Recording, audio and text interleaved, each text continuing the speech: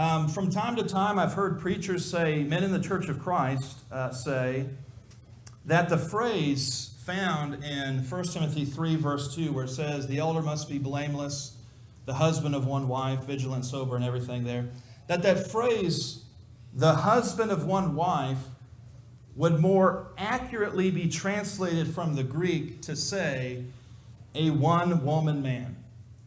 And that phrase, a one-woman man, that's a more literal and faithful translation of what is found in the Greek. And again, I'd like to take some time to talk about this.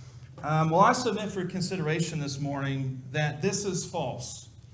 A one-woman man is not a more accurate rendering of the Greek. You know, first and foremost, this does not translate, and again, I might lose you here for a minute, but just bear with me.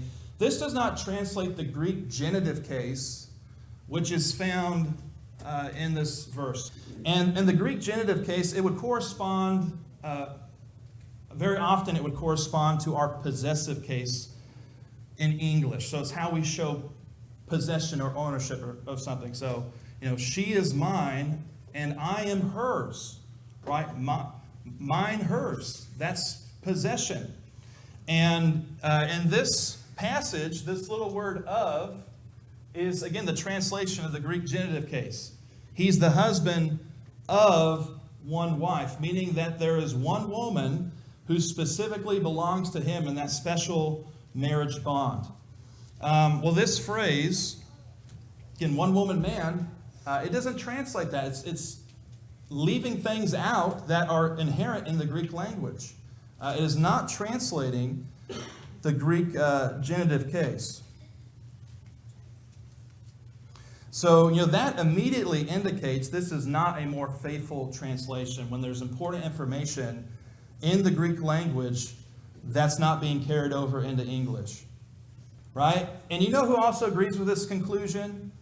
Every group of scholars, and I'm not exaggerating here, every group of scholars who has translated the Greek of the New Testament into English. Now, as you can see up on the screen, there are some translations which will interpret this phrase differently, but not one, and mark it well, not one of them translates this by saying, the bishop must be a one-woman man. So you can look at 1 Timothy 3, verse 2. Again, all the current translations I could find, the New King James says he's to be the husband of one wife. The New Revised says, now a bishop then must be above reproach, married only once. So again, this would be a translation where it is interpreted a little differently, but still it's talking about marriage here, even in this translation.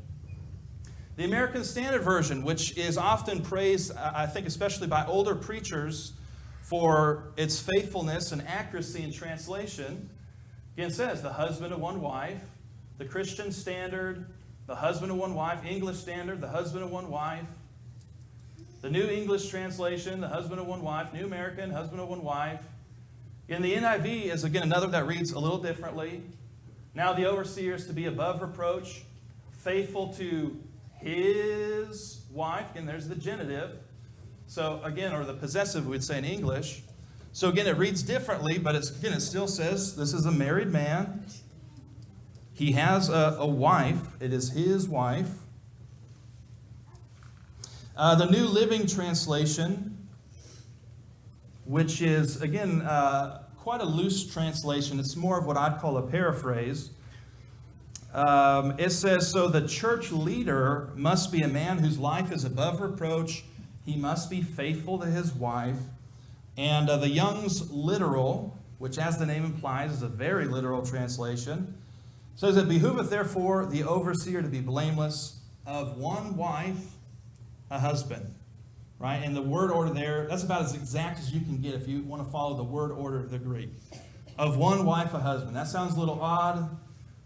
And so they rearranged it a little bit to say the husband of one wife to make more sense in English. But again, that's about as literal as you can get. Of one wife, a husband. There's a perfectly logical explanation why no translation of the Holy Bible says the elder must be a one-woman man. It's not what it means. It's not what it says.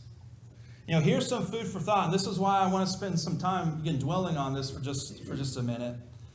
The phrase husband of one wife, that is clear and it is exact.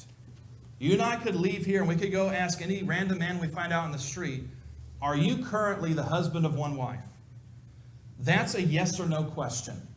Well, the phrase one woman man is unclear and it's ambiguous. That could mean several different things depending on how the person is understanding the question.